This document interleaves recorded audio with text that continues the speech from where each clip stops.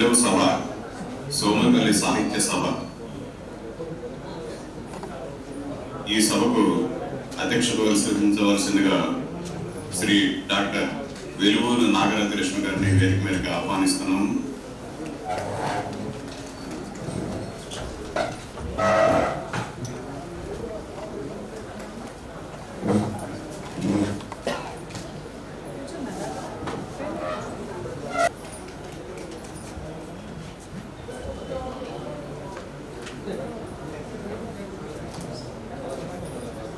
అలాగే సోమపల్లి వారి నాణ్యాల గురించి మాట్లాడవలసిందిగా కేజే రమేష్ గారిని వేదిక మీదకి ఆహ్వానిస్తున్నాం.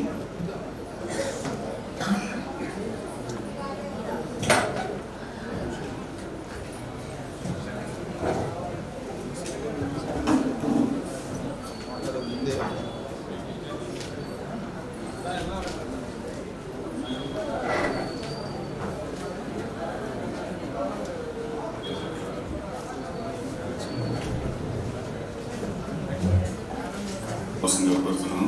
అలాగే రాకపోల పద్మావతి గారిని కూడా వేదిక మీద రావాల్సిందిగా కోరుతున్నాం.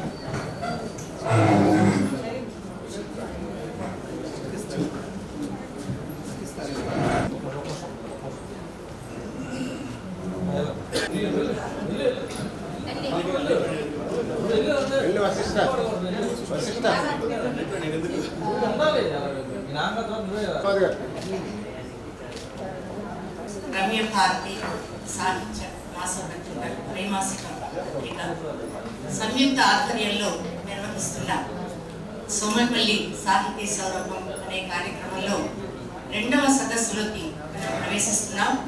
ఈ సదస్సుకు విచ్చేసిన అందరికీ హృదయపూర్వకమైన స్వాగతం మరొకసారి తెలియజేస్తూ, ఈ సదస్సుకు 45 నిమిషాలు సమయం ఇచ్చారు కాబట్టి ఆ సమయాన్ని దృష్టిలో పెట్టుకొని సాధ్యమైనంత వరకు ఆ సమయంలోనే ముగించే ప్రయత్నం చేద్దాం అని వక్తలకు ముందుగా విన్నవించుకుంటూ, మొదటి సదస్సులో పెద్దలందరూ సోమపల్లి వెంకట సుబ్బయ్య గారితో ఉన్న అనుబంధాన్ని గురించి వివరించి సదస్సులందరినీ ఒక ఉద్విగ్నంలో ముంచివేశారు.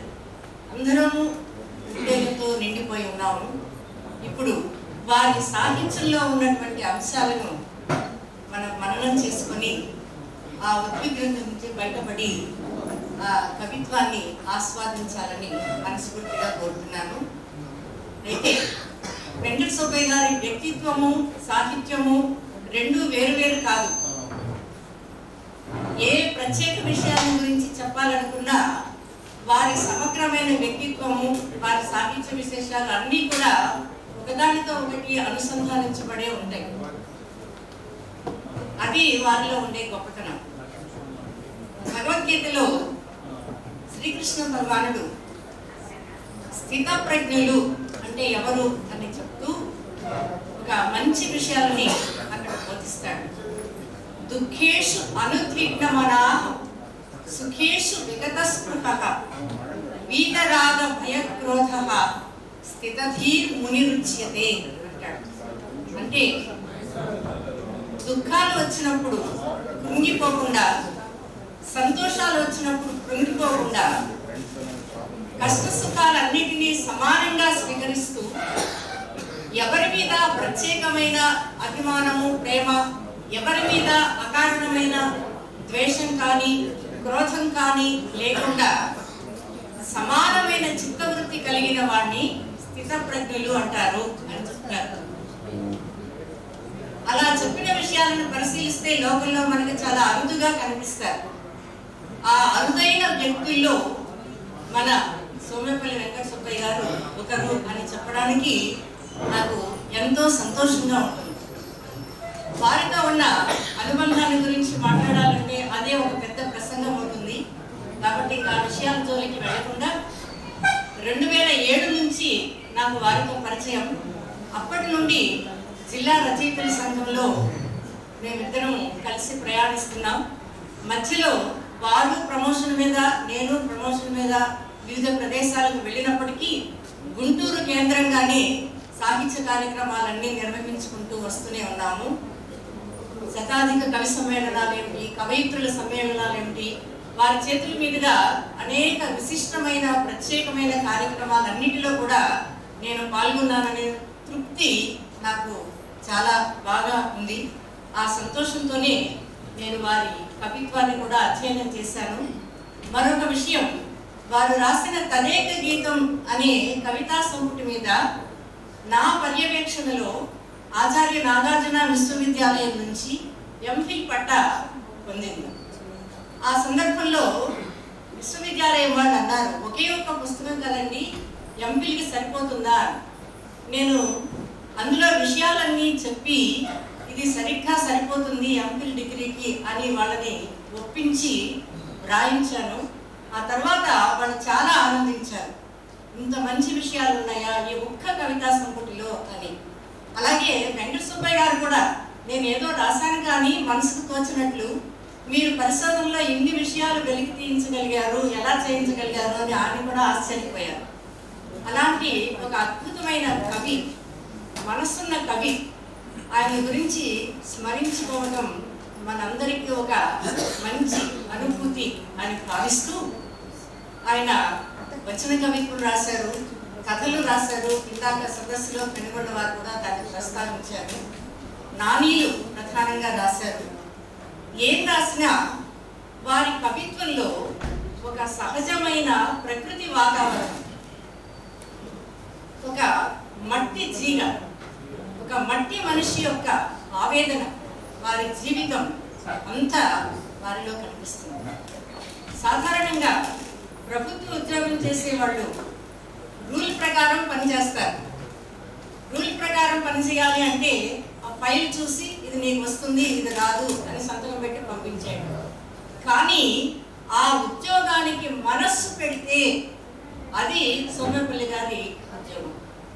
మనస్సు ఎలా పెడతారండి అంటే, ఒక వ్యక్తి ఒక అర్జీ పెట్టుకున్నాడు అనుకోండి, ఆ అర్జీలో అతనికి రావాల్సిన అవకాశం లేకపోయినా సరే ఏం చేస్తే దాన్ని కల్పించే దారి ఉంటుందో, అవకాశం ఏర్పడుతుందో దాన్ని చెప్పి ఆ అర్జీని మళ్ళీ ఇలా పెట్టుకోండి అని వాళ్ళకి చెప్పి, వాళ్ళకి ఆ పని సానుకూలం అయ్యేటట్లుగా ఆయనే గైడెన్స్ ఇచ్చి పని చేయించారు. అది మనసుతో పని చేయడం అంటే. అలా మనసుతో పనిచేసినప్పుడే వాళ్ళు మంచి అధికారిగా రాణిస్తారు. అలాంటి వ్యక్తి రాసినటువంటి కవిత్వం కూడా మనసుతో రాసినట్లే ఉంటుంది. కాబట్టి ఆ మనసును మళ్ళీ మనం ఒకసారి తడిమి చూసుకునేలాగా ఈ కవిత్వం యొక్క సదస్సుని మనం నిర్వహించుకుందాం. వారు రాసిన కవితా సంపుటులు లోయలో మనిషి, చల్లకవ్వం, తదేక గీతం, మట్టి పొరల్లోంచి, ఇవి కవిత్వ సంపుటాలు. ఇందులో చల్లకవ్వం అన్నది చాలా మంది ప్రశంసలు పొందింది. శ్రీనారాయణ రెడ్డి గారు ఏమన్నారంటే, ఈ సాంకేతిక యుగంలో, ఈ అధునాతన యుగంలో చల్లకవ్వం అనే పేరును కవితా సంపుటికి పెట్టడంలోనే మీ విశిష్టత దాగి ఉంది అని అన్నారని వారు చెప్పినటువంటి మాటల్లో నాకు గుర్తొచ్చింది. కాబట్టి ఆ పేరు పెట్టడంలోనే తెలుగుదనం, తెలుగు నుడికారాన్ని ఎక్కడా తప్పకుండా, తెలుగు జీవితాన్ని ఎక్కడా విడిచిపెట్టకుండా, అది కూడా అచ్చమైన పల్లె జీవితాన్ని ఎక్కడా వదిలిపెట్టకుండా ఆయన రాసిన కవిత్వం మనసున్న ఒక అధికారి, ఒక కవి రాసినటువంటి కవిత్వానికి గొప్ప ఉదాహరణలుగానే ఉంటాయి. అలాగే నానీలు, తొలకరి చినుకులు, రెప్పల చప్పుడు, పచ్చని వెన్నెల, చేను చెక్కిన శిల్పాలు, నాగలికి నా నమస్కారం. పేర్లు చూడండి, పేర్లు పెట్టడంలోనే వారి ఆత్మీయత ఎంతగా ధ్వనిస్తుందో మనకు అర్థమవుతుంది. ఇవి రాసిన తదేక గీతం హిందీలో కూడా అనువదించబడింది. అలాగే ఇతరమైనటువంటి గ్రంథాలు మరొకటి కూడా, అదేంటంటే చేను చెక్కిన శిల్పాలు, ఇది కూడా హిందీలోకి అనువదింపబడింది. అంటే ఒక భాషలోని కవిత్వం ఇతర భాషీయులను కూడా ఎంతగా ఆమోదింపు చేస్తుందో, ఆనందింపు చేస్తుందో అనే దానికి వీరి రచనల అనువాదమే మనకు ఒక గొప్ప ఉదాహరణ. ఈ సదస్సులో మొదట డాక్టర్ శంకర్ గోపాల్ గారు సోమేపల్లి వారి కవిత్వ సంపుటులను గురించి ప్రసంగిస్తారు. రెండవ వక్త ఏజే రమేష్ గారు సోమేపల్లి వారి నాణేలను గురించి మనకు వివరాలను అందిస్తారు. సుంకర్ గోపాల్ గారు తాడేపల్లిగూడెం ప్రభుత్వ డిగ్రీ కళాశాలలో తెలుగు అధ్యాపకులుగా పనిచేస్తున్నారు. మన ఊరికి చాలా సందర్భాల్లో సభల్లో ఆయన పాల్గొన్నారు. వారు మా నాయన పాడిన పాట అనే ఒక కవితా సంపుటి ముద్రించారు. అది కూడా మనసుని పట్టివేసే చెలింపజేసే కవిత్వం ఆయన పుస్తకంలో మనకు కనిపిస్తుంది.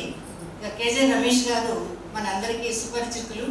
వినుకొండలో అధ్యాపక వృత్తిలో ఉండి మంచి కవిత్వం రాస్తున్నారు. వారు కూడా నాణ్యాల సంపుటలను వెలువరించారు.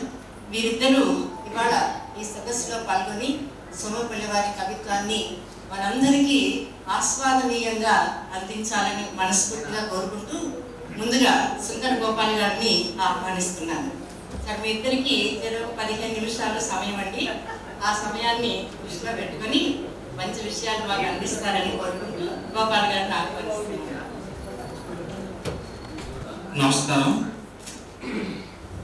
ఇవాళ ఈ సభలో ఈ 4 మాటలు చెప్పడానికి నన్ను తాడేపల్లిగూడెం నుంచి ఆహ్వానించిన వశిష్ఠకి ముందుగా ధన్యవాదాలు తెలియజేసుకుంటున్నాను. సోమపల్లి వెంకట సుబ్బయ్య గారు మా గురువు గారు అనేటువంటి రాధయ్య గారి ద్వారా నాకు పరిచయం. సార్ కవిత్వాన్ని, నాణ్యాల్ని అనేక సందర్భాల్లో మేము చదువుకోవడం, పంచుకోవడం జరిగింది. అయితే చాలామంది పిల్లలు డాక్టర్లు అయినట్టు, టీచర్లు అయినట్టు, చాలామంది సాహిత్యం రాసేటువంటి పిల్లలు సాహిత్యం రాయరు. అయితే సోమపల్లి వెంకట సుబ్బయ్య గారు ఒక కవిత రాశారు, కాసేపు విరామం అని. దాంతో నేను ప్రారంభిస్తాను. నాకు విశ్రాంతి అంతగా అవసరం లేదు, అడపా కాస్త విరామం తీసుకోవాలి. విరామం అంటే కామా అంత ఖాళీ, ఫుల్ స్టాప్ అంత ఆలస్యం కాదు. విరామం అంటే మనల్ని మనం ఉత్తేజపరచుకోవడం, కాస్త పునరాలోచించుకోవడం. పురిట్లో నుంచి కాటికి వెళ్ళేదాకా మధ్యలో ఎన్నో విరామాలు. జీవితం ఒక సుదీర్ఘ కావ్యం. చివరి ఫుల్ స్టాప్ దాకా అందరిలోనూ ఒకటే ఆలోచనల హడావడి. కొందరివి దురాలోచనలు కూడా. కొందరు నిత్యం విశ్రాంతి కావాలంటారు. గుండెకు విశ్రాంతి ఎక్కడుంది? కాస్త విరామము ఉండదు. మెదడు ఆలోచనలు ఆపేస్తుందా? ఎప్పటికప్పుడు శరీరానికి సంకేతాలు పంపుతూనే ఉంటుంది. మనసు మంచి ఆలోచనల లోగిలు కావాలి. ఇంద్రధనస్సై విప్పారాలు. ఈ దేహం మట్టిలో కలిసిపోయేదాకా నాకు విశ్రాంతి అవసరం లేదు, అప్పుడప్పుడు కాస్త విరామం చాలు అని ప్రకటించినటువంటి సోమపల్లి వెంకట సుబ్బయ్య గారి కవిత్వం. ఆ విరామాన్ని ఇప్పుడు వశిష్ఠ అందుకున్నాడు. వశిష్ఠకి వాళ్ళ నాన్న ఎంత ఆస్తి ఇచ్చాడో నాకు తెలియదు, ఎంత డబ్బులు పంచాడో నాకు తెలియదు. అయితే ఆయన కవిత్వాన్ని ఇచ్చాడు. కవిత్వాన్ని వారసత్వంగా అందుకోవడం, జాషువా మాట చెప్పాడు కదా, కవిని కన్న తల్లి గర్భంబు ధన్యం అని. ఆ తల్లిదండ్రులు చాలా గొప్ప సాహిత్య వారసత్వాన్ని వశిష్ఠ ఆకురాలని చెప్పడం రాశాడు. మామూలుగా 1వ కవితా సంపుటి అయినప్పటికీ తెలుగు సాహిత్య రంగంలో ఆకురాలని చెప్పుడు ఒక ప్రత్యేకమైనటువంటి సంపుటిగా అది గుర్తింపు పొందింది. కాబట్టి ఆ విరామాన్ని వశిష్ఠ ఖచ్చితంగా పూరిస్తాడు. తెలుగు సాహిత్య రంగంలో ఆయన కూడా తన జెండాను ఎగరేస్తాడని ఆశిస్తూ వెంకట సుబ్బయ్య గారు 4 కవితా సంపుటాలు రాశారు.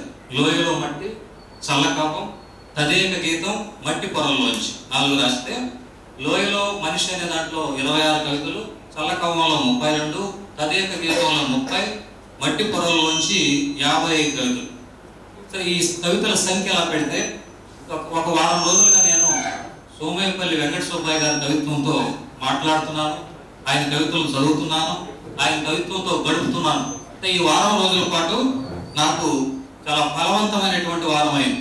ఆయన అధికారిగా, రైతుగా, జర్నలిస్ట్గా, కవిగా ఈ 4 పుస్తకాలు మనం చదువుతున్నప్పుడు అనేక సందర్భాల్లో ఆయనలో మనసులో కలిగినటువంటి ఆలోచనలు, ఉద్వేగాలు, భావనలు అవన్నీ 4 కవితా సంపుటాల్లో మనకు కనిపిస్తాయి. ఆయన చాలా మార్లు అనుకున్నట్టుగా మట్టి గొప్ప, అంటే కవిగా, అధికారిగా కంటే కూడా ఎంత గొప్ప మనిషి మనకు ఆయన కవితా సంపుటాలు చదివితే అర్థమవుతుంది. మట్టి మనుషులు ఎప్పుడు గొప్పగానే ఉంటారు. ఇప్పుడు మనమంతా సిమెంట్ మనుషులు అయిపోయాం, టైల్స్ మనుషులు అయిపోయినాం, ఇటుకల మనుషులు, ఇసుకల మనుషులు, కమ్మి మనుషులు అయిపోయిన తర్వాత ఒక తరం అంతా కూడా ఒక గట్టుకుపోయేటువంటి స్వభావాలకు వచ్చిన తర్వాత, మనుషుల స్వభావం కోల్పోయిన తర్వాత, ఆ బండరాళ్ళు వచ్చాక మనమంతా బండబారిపోయాం. నేను మనం అంటున్నాను, నాతో కూడా కలుపుకుంటున్నాను, మిమ్మల్ని తిట్టడం లేదు, నాతో సహా మనమంతా బండబారిపోయినటువంటి సందర్భంలో సోమయ్యపల్లి వెంకట సుబ్బయ్య ఏం కోరుకున్నాడు? ఇల్లు ఎట్లా ఉండాలో కోరుకున్నాడు, పల్లె ఎట్లా ఉండాలో కోరుకున్నాడు, పొలాలు ఎట్లా ఉండాలో కోరుకున్నాడు. ఈ పల్లె ఇలాగదా ఉండాల్సింది, ఈ ఇల్లు ఇలాగదా ఉండాల్సింది, అసలు మనిషి ఎట్లా ఉంటే ఎంత బాగుంటాం. ఈ 4 అంశాల చుట్టూనే ఆయన కవిత్వం మొత్తం మనకు తిరుగుతుందన్నమాట. ఆయన ఆశించినటువంటి పల్లె, ఇల్లు, పొలం, మనిషి, వాటి కోసం పడేటువంటి తపన, యాతన, ఆలోచన ఆయన రాసినటువంటి 4 కవితా సంపుటాల్లో మనకు కనిపిస్తుంది. ఆయన వాణిజ్య శాస్త్రం, కామర్స్ చదివాడు, వ్యవసాయం చేశాడు, జర్నలిస్ట్ గా పనిచేశాడు, ప్రభుత్వ ఉద్యోగి అయ్యాడు. వీటన్నిటి నడుమ ఆయన ఏం చేశాడు? అక్షరాలను ప్రేమించాడు, అక్షరాలను ఆసరాగా చేసుకున్నాడు. అక్షరాలు ప్రేమించిన వ్యక్తి, అక్షరాలను ఆసరాగా చేసుకున్న వ్యక్తి ఇప్పుడు ఒక సంవత్సరం తర్వాత మళ్ళీ ఒక సావని వేసుకొని దాదాపు ఒక 100 మంది ఈ సభలో ఉన్నారు. 100 మంది ఈ సభకు వచ్చారంటే అంటే మామూలు వ్యక్తుల సభలు, మేము కవితా సభలు పెట్టుకుంటాం, బతులాడితే 30 మంది వస్తారు. 30 మంది వస్తే చాలా గొప్ప సభ అనుకుంటాం. మనం శివారెడ్డి సందర్భంలో అన్నాడు, 3 ఉంటే సభ, 30 మంది ఉంటే మహాసభ అని. ఇక్కడ 3 ఉన్నారు. ఇది మహాసభ అనుకోవాలి మనం. అంటే ఒక వ్యక్తికి ఇంత గొప్ప నివాళి ఉన్నటువంటి సందర్భం ఇవాళ తెలుగు నేల మీద. నేను ఎక్కడో తాడేపల్లి గూడ నుంచి వచ్చాను, మాది నెల్లూరు జిల్లా. ఆయనతో నాకు ఏం సంబంధం? సాహిత్య సంబంధం. సాహిత్యం ఏం చేస్తుందంటే మనుషుల్ని కలుపుతుందని చెప్పడానికి ఈ సభ కంటే పెద్ద నిదర్శనం అక్కర్లేదు. అంటే ఆయన చిన్న పెద్ద, కులం, మతం, వర్ణం, వర్గం, లింగ వివక్షత ఇట్లాంటి వాటినన్నీ కూడా మనం త్యజించాలి అనే మొత్తం ఆయన సాహిత్యం మొత్తం అవే కనిపిస్తుంది. ఆయన కవితలు అన్నాడు, ఉన్నాడో లేడో తెలియని దేవుడి గురించి ఆస్తికత్వం పేరిట వాదులాడుకునే ఓ మనిషి మానవత్వం చూపిస్తే నువ్వు అవుతావు మనిషి అన్నాడు. అంటే ఆయన ఒక దృక్పథం, ప్రగతిశీల దృక్పథంతో మనిషి ఎప్పుడు మనిషి అవుతాడు? రాయిల చుట్టూనో, గుళ్ళు చుట్టూనో, గోపురాల చుట్టూనో, మందిరాల చుట్టూనో, చర్చి చుట్టూనో, మసీద్ చుట్టూనో, లేదు నువ్వు పండితుల చుట్టూనో, ముఠా చుట్టూనో, ఒక పీఠం చుట్టూనో, ఒక స్వామీజీ చుట్టూనో తిరిగితే కాదు, నువ్వు మనిషి చుట్టూ తిరగాలి, మనిషి ఆలోచనలు తెలుసుకోవాలి, నువ్వు మనిషి అని తెలుసుకోవాలి అనేటువంటి తపన మనకు ఆయన కవిత్వంలో కనిపిస్తుంది. అలాగే ఒక మాట అన్నాడు, రక్తదానానికైతే మనుషులే లోటు, రక్తదాహానికైతే మనుషులు కోటాను కోట్లు అంటారు. రక్తదాహం తీర్చుకోవడానికి కావాల్సిన మంది ఉంటారు. మీరు మధ్య మధ్యలో చప్పట్లు కూడా కొట్టచ్చు. కల్పించేటువంటి ఆయన ఈ గొప్ప నేను వశిష్ఠకు చెప్తాం అనుకున్న 4 వాక్యాలు అక్కడక్కడ మనం రాసినటువంటి వాక్యాలు ఇక్కడ అంటిస్తే బాగుంటుందని చెప్తాం అనుకున్నాను. సమయంలో నేను కూడా మర్చిపోయాను. ఇంకో చోట అన్నాడు ఆయన, ఆడది వ్యభిచరిస్తే అపచారం, మగవాడికి అదే విలాసం, 2 చేతులు కలిస్తేనే కదా చప్పట్లు, మరి స్త్రీ జాతికి ఎందుకు ఇక్కట్లు? ఏం పెద్ద వివరణ అక్కర్లేదు వీటికి. అంటే ఒక కవితని సాధారణంగా ప్రారంభించి సరళతతో, సారళ్యంతో చాలా సులభంగా మామూలు జనానికి కూడా కవిత్వాన్ని ఎలా ప్రవహింపజేయాలో సోమయ్యపల్లి వెంకట సుబ్బయ్య తెలుసుకున్నాడు. దాన్ని ఆయన కవిత్వం ద్వారా నిజం చేసేటువంటి ప్రయత్నం చేశాడు. ఆయనలో వ్యంగ్య ఉంటుంది, ఒక సెటైర్ ఉంటుంది. చూడండి ఎంతమంది సెటైరో, కళ్ళు కలిపి చూడు, ప్రియురాలైతే పరవశం, పెళ్ళాం అయితే కలవరం అన్నాడు. దీన్ని మనకు ఆధునిక సినిమాకి రాశాడు, కళ్ళు ప్లస్ వాళ్ళు వీళ్ళు మైనస్ సినిమా బాగుంటుంది. అంటే పెళ్ళైన కొత్తల్లో మాత్రం, అంటే పెళ్ళైన కొత్తలోనే ఏమో పాత ఒక రోత, కొత్త ఒక వింత, పాత ఒక రోత అని సామెత ఒకటి ఉంది. పాతపడే కొద్దీ ఇదైపోతారు. అంటే ఇక్కడ కళ్ళు కలిపితే ప్రియురాలు అయితే పరవశం, పెళ్ళం అయితే ఎందుకు కలవరం వస్తుంది అనేది మనం ఆలోచించుకోవచ్చు. అలాగే ఆయన మట్టి మీద, రైతు మీద, పొలం మీద, వ్యవసాయం మీద గుండె పెట్టి మరీ కవిత్వం రాశాడు, హృదయాన్ని పెట్టి మరీ కవిత్వం రాశాడు. కొద్దిపాటు సమయం దొరికిందంటే చాలు మనస్సు పక్షిగా మారి పొలం పైనే వాళ్తుంది. అద్భుతమైన వాక్యం ఇది. కొద్దిపాటి సమయం దొరికిందంటే చాలు మనస్సు పక్షిగా మారి పొలం పైనే వాళ్తుంది. ఎందుకంటే ఆయన ఎప్పుడు ఫైల్స్ చెప్తున్నో, సంతకాలు చెప్తున్నో, సమస్యలు వింటున్నో ఉన్న వ్యక్తి కాస్త సమయం దొరికితే ఆయన మనసు అంతా ఎక్కడికి వెళ్ళిపోయేది? పొలం చుట్టూ వెళ్ళిపోయేది. ఒక్కోసారి పొలం గట్లు చుట్టూ వస్తే చాలు నరం నారుమడయ్యేది. ఒక్కసారి అలా చుడితే ఆయన నరం మొత్తం, అంటే ఆయన మట్టిలో, అంటే ఆయన మనసులో, ఆయన ఆలోచనలో, రక్తంలో, ఉద్వేగంలో మొత్తం మట్టే నిండిందని చెప్పడానికి ఇవన్నీ కూడా. ఇంకో చోట అంటాడు, చేను గుర్తొస్తే చాలు తలగుడ్డ చుట్టుకొని పొలం గట్ల చుట్టూ తిరిగే నాన్నే కనిపిస్తాడు. ఆయన వాళ్ళ నాన్న అంటే ఎంత ఇష్టం అనే దానికి మంచి కవిత కూడా రాసుకున్నాడు, కవిత. ఆ తర్వాత ఇంకో చోట అంటాడు, అన్నం ముద్దది, నీటి చుక్కది, విడదీయరాని బంధం, చినుకు చిందులేస్తే చెవునికి ప్రాణకళ అంటాడు. చినుకు చిందులేస్తేనే చేనుకు ప్రాణకళ అంటాడు. ఆ తర్వాత ఆయన సెటైర్ అనుకున్నాం మనం టీవీ ఛానల్స్ మీద, సీరియల్స్ మీద, సినిమాల మీద, ఈనాటి కాన్వెంట్ చదువుల మీద ఆయన వేసినటువంటి సెటైర్లు చాలా అద్భుతంగా ఉంటాయి. అంటే పిల్లల్ని మనం ఏం చేస్తామంటే పుట్టిన వెంటనే మనం తీసుకుపోయి ఏదో ఐఐటీలోనో లేదా ఇంకెక్కడో వేసేయాలి. ఇంకా ఎంత దౌర్భాగ్యానికి మనం దిగజారామంటే అసలు గర్భంలో ఉండగానే కోచింగ్ ఇచ్చేస్తామంటే మనం చేర్పించేస్తాం తీసుకుని. పిల్లవాడు గర్భంలో ఉండగానే మేము ఐఐటీ కోచింగ్ ఇస్తాము లేదా మెడికల్ సీట్ ఇప్పిస్తామంటే చేరిపోయే స్థాయికి వెళ్ళిపోయాం మనం. పిల్లలు ఎప్పుడు చదువుకుంటారు, చదువు ఎలా ఉండాలి, బడి ఎలా ఉండాలి అనే విషయాలను ఆయన చాలా సున్నితమైన అంశాలతో తడి ఉండే బడి కావాలి, తడి ఉండే హృదయం కావాలి. పిల్లల హృదయాలు ఏం రావాలంటే తడి రావాలి. తడి రావాలంటే నీళ్లు పోస్తే రాదు, నీళ్లు పోస్తే తడి ఏం రాదు. సాహిత్యం చదివితే తడి వస్తుంది, సాహిత్యం చదివితే సంస్కారం వస్తుంది. కాబట్టి భాష గురించి ఆయన చాలా ఆలోచించాడు. ఆయన ఒక మాట అన్నాడు, పరిస్థితిని ఎప్పటికప్పుడు వెల్లడించే ఆన్లైన్ సమాచారం, నిత్య దర్శనానికి టీవీ ఛానల్స్, ఇక మనస్సు విప్పి మాట్లాడే మనిషిని కనుగొనే శాస్త్రవేత్త కోసమైన అన్వేషణ అన్నాడు. ఇది ఎప్పుడు ఫోన్లతోనో లేదా టీవీలతోనో వస్తువులతోనో యంత్రాలతోనో మాట్లాడుతున్నప్పుడు మనిషితో ఇప్పుడు మాట్లాడతావు నువ్వు. చాలా సులభంగా అనిపిస్తుంది కానీ చాలా ప్రాథమికమైన ప్రశ్న అనిపిస్తుంది కానీ చాలా లోతైనటువంటి ప్రశ్న అన్నమాట. శాస్త్రవేత్తల కనీసం మాట్లాడే మనిషిని, మనసు విప్పి మాట్లాడే మనసు విప్పే మనిషి కోసం ఆయన తప్పించినటువంటి ప్రపంచం కుగ్రామం అయిపోయింది కానీ ఆత్మీయత మాత్రం ఆమడ దూరం జరిగిపోయింది. ఇవాళ మన ఇళ్లలో నలుగురు ఉంటే 4 సెల్ ఫోన్లు ఉంటాయి, నలుగురు 4 రూముల్లో కూర్చుంటారు, చాలా దగ్గరగా ఉంటాం. ప్రపంచం మొత్తం నీ చేతిలో ఉంది కానీ నీ ఇంట్లో మనిషి గురించి నీకు తెలియదు, పక్కింటి మనిషి గురించి తెలియదు, ఎదుటి మనిషి గురించి తెలియదు. అంటే మనం టెలిగ్రామ్ తెలుసు, అన్ని గ్రామాలు తెలుసు కానీ అసలు నీ గ్రామం గురించి నీకు తెలియదు, నీ ఊరి గురించి నువ్వు తెలుసుకో. అలాంటి అంటే ఒక మనం లోకల్ నుంచి గ్లోబల్ వెళ్లాల్సినటువంటి స్థితిని ఆయన 20 ఏళ్ల క్రితం పసిగట్టాడు. మనకు టీవీ నైన్ చెప్తాడు, చూస్తూనే ఉన్నాడంటే టీవీ నైన్ అంటాడు, ఏం పని పట్టలేదా మనకు, టీవీ నైన్ చూస్తూ ఉండడానికి ఏం పని పట్టలేదా, ఇలాంటివి ఆయన గుర్తించాడు అన్నమాట. అందుకే ఆయన పల్లెతనాన్ని పట్టం కట్టినటువంటి వ్యక్తి, పల్లెతనాన్ని తన గుండెలో ఫ్రేమ్ కట్టినటువంటి వ్యక్తిగా అనిపిస్తాడు. వాళ్ళ నాన్న గురించి రాసిన కవితలో చెప్పాడు చూడండి, ఆధునికం అరువులు కాస్తుంటే ఇంకా నాకు తాత పేరే పెట్టారేమిటని చిన్నతనపు జాడ వీడనతనం నిత్యం బాధపడేది. వాళ్ళ పేర్లు చాలా మంది ఫీల్ అయిపోతుంటారు. ఏదో కరకాటలో వస్తే డి డూతో పెట్టాలని, వేలు రాసిస్తే కాపీ పూతే పెట్టాలని ఎతికి డిక్షనరీలు ఎతికి గూగుల్ కొట్టి మరి పేర్లు పెడుతున్నారు. సోమాయిపల్లి వెంకట సుబ్బాయికి ఏ ముహూర్తం చూసి పేరు పెట్టారు, సోమాయిపల్లి వెంకట సుబ్బాయికి ఏ గ్రహాలను చూసి పేరు పెట్టారు. ఆయన గొప్ప కాలేదా, ఆయన సాహిత్యం రాలేదా, ఆయన ఉద్యోగం రాలేదా, ఆయన హేతువాద లక్షణాలు కనిపిస్తావు దగ్గర అన్నాడు. ఎదురు వచ్చే గురించి కవిత రాశాడు, ఎదురు వచ్చే దాని గురించి. చాలా మంది నేను కూడా మా ఇంటి చుట్టూ చూసుకుంటాను, ఆయన కదిలిన వెంటనే వాళ్ళ ఆవిడ ఎదురు రావాలంటే వాళ్ళ సెంటిమెంట్ వాళ్ళకు ఉంటాయి, మనం వ్యక్తిగతమైన వీటికి బాగుడదు. ఎదురు వస్తేనే ఏం చేస్తారు వాళ్ళు, కదులుతారు.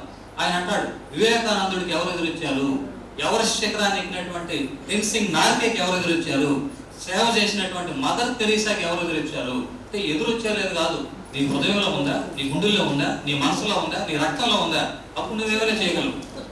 మనిషి కంటే ముందు ఒక చేమ ఎదురొచ్చి ఉంటుంది నువ్వు చూసుకుంటావా, ఒక ద్వారం ఎదురొచ్చి ఉంటుంది నువ్వు చూసుకుంటావా, గాలి ఎదురొచ్చి ఉంటుంది నువ్వు చూసుకుంటావా.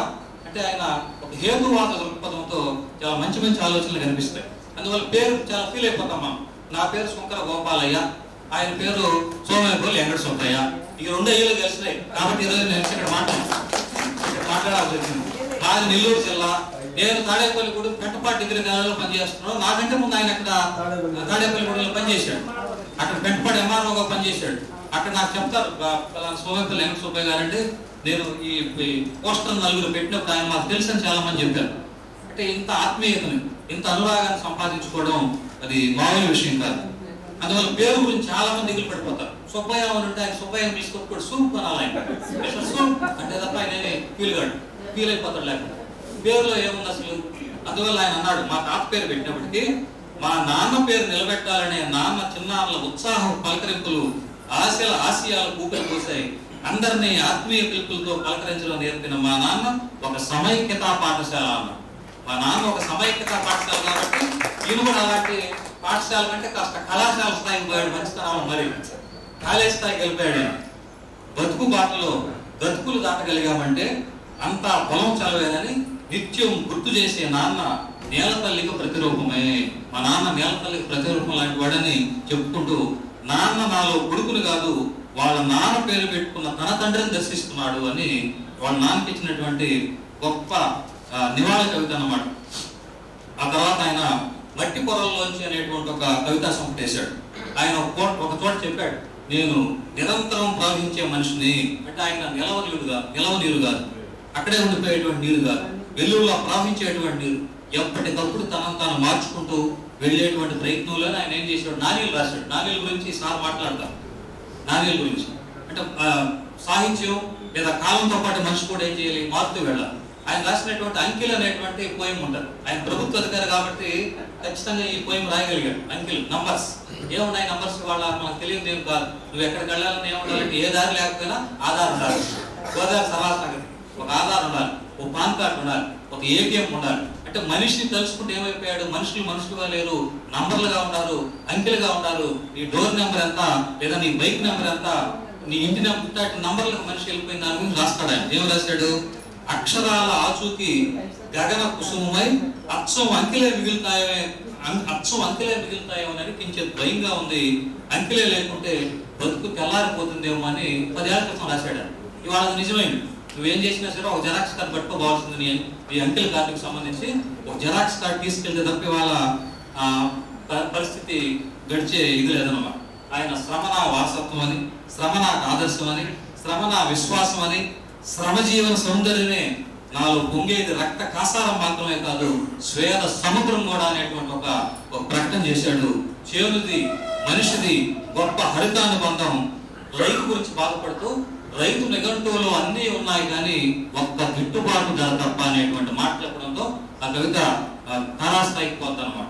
అలాగే ఇంటి గురించి, ఇల్లంటే కేవలం అమ్మ కాదు, నాన్న కాదు, పిల్లలు కాదు, జంతువులు కాదు, ఊరంటే ఇళ్ల గుంపు కాదు, ఇల్లంటే చెట్టు, ఇల్లంటే పొలం, ఇల్లంటే పెట్ట, చెట్ల పాదులే మనల్ని చిరంజీవులు చేస్తాయని చెప్పి ఇల్లు, చెట్లు అంటే మనిషి ప్రకృతిలో ఉన్నంత కాలం వేటిని కాపాడుకోవాలి, ఎందుకు కాపాడుకోవాలి అనేది చెప్పడం కోసం ఆయన గుప్పిడి మట్టిని తీసుకుని గుండె కానిస్తే పూర్వీకం పట్టుతేనగా ఊరుతుంది.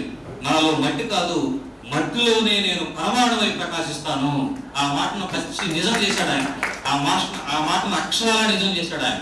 ఇంకో మాట అంటాడు, మట్టి కుదుపును లెక్కగట్టే రెక్టర్ స్కేలు కన్నీళ్లను కూడా కొలవగలిగితే గుండె పగిలి చచ్చేదేమో ఈ లోకం అన్నాడు. రెక్టర్ స్కేల్ భూకంపం కలిసినట్టుగా అసలు కన్నీళ్లను కొలిచేటువంటి స్కేల్ ఉంటే ఎంత బాగుంది కదా అంటాడు ఆయన. ఆ తర్వాత ఆయన స్త్రీల మీద రాశాడు. ఆయన మధ్యలో రాశాడు, నా కవితా సంపుట్లన్నీ కూడా మా సహచరి విజయలక్ష్మి చూసేది, దిద్దేది, కరెక్షన్ చేసేది, వాటిని పాటలుగా పాడుకునేదని రాస్తూ సహచరి సమాంతరం అనే పోయం ఉంటుంది.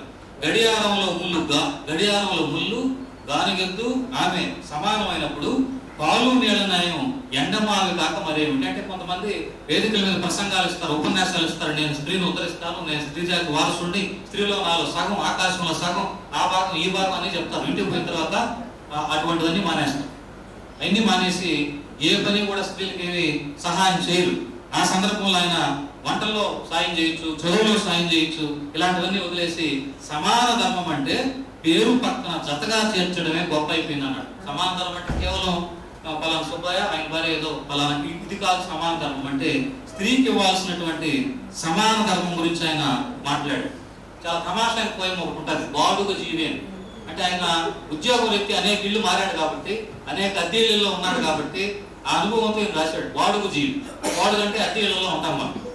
అద్దె ఇళ్లలో ఉండే కష్టాలు ఏంటి, గోడకు మేక పడితే పేక పట్టుకుంటారు, ఎక్కువసేపు నీళ్లు పడితే ఏదో అంటారు, లేదు శబ్దం చేస్తే ఇంకేదో అంటారు, పిల్లలు అరిస్తే పిల్లలు ఆడుకోకూడదు అంటారు, పిల్లలు లోపల వేసుకోమంటారు, ఏటు వేయాలంటారు, తలుపు ముయ్యాలంటారు, రకరకాలు ఇవన్నీ చెప్తారు.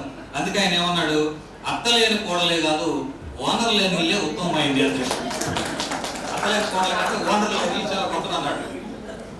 చాలా అనేక విషయాలు ఆయన చెప్తాడు అనమాట. అంటే భద్రతా ఉద్యోగంతో వాళ్ళ ఉపాధ్యాయుడు తెలుసుకున్నాడు. భద్రతా ఉద్యోగంతో హాయి పల్లకిపై నేను ఊరేగడానికి అలనాటి బోయిగా కన్నబిడ్డల కంటే కనికరంతో కళ్ళల్లో ఒత్తులేసుకున్న సంస్కారం మా గురువు గారిదని ఆయన చదువు నేర్పినటువంటి ఉపాధ్యాయుడు. అంటే మనిషికి కృతజ్ఞత సంస్కారం ఏంటంటే తల్లిదండ్రుల్ని, ఉపాధ్యాయుల్ని గుర్తించుకోవాల్సినటువంటి అవసరం ఉందన్నమాట. ఆయన ఉట్టి మీద రాశాడు, సట్టి మీద రాశాడు, చుట్టకుదురు మీద రాశాడు, గడ్డి మీద రాశాడు. చాలా అంటే మనకు ఇవాళ కంటికి కనిపించిన అనేక వస్తువుల్ని దీని కవిత్వంలో నోస్టాలజీ అంటాం. మామూలుగా మనం జ్ఞాపకాలను తలుచుకోవడం. ఇవాళ పిల్లలకి ఉట్లు సట్లు ఏమి తెలియదు. ఇవాళ మనం రకరకాల పాత్రలకు వచ్చేసిన తర్వాత ఉట్టి గొప్పదని ఏమి తెలియదు. అందుకే మాకు ఒట్టి మీద పాట కూడా ఉంది కదా, ఒట్టి మీద కూడు ఉప్పు చేపతోడు వడ్డించి నువ్వు నాకు చాలన్నారు. ఆ పాట అయితే ఇప్పుడు ఉట్టి మీద కూడు లేదు, ఉప్పు చేప ఉంది కానీ ఉట్టి మీద కూడు మాత్రం లేదు.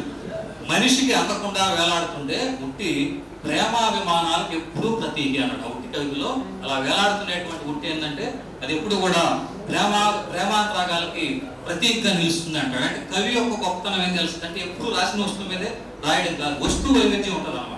లింకుల కథ మీద రాసాడు చాలా తమాషగా. లింకుల కథ అంటే లింకులు పెట్టే కథ కాదు. తెలుసా లింకుల కథ అంటే ఏందో?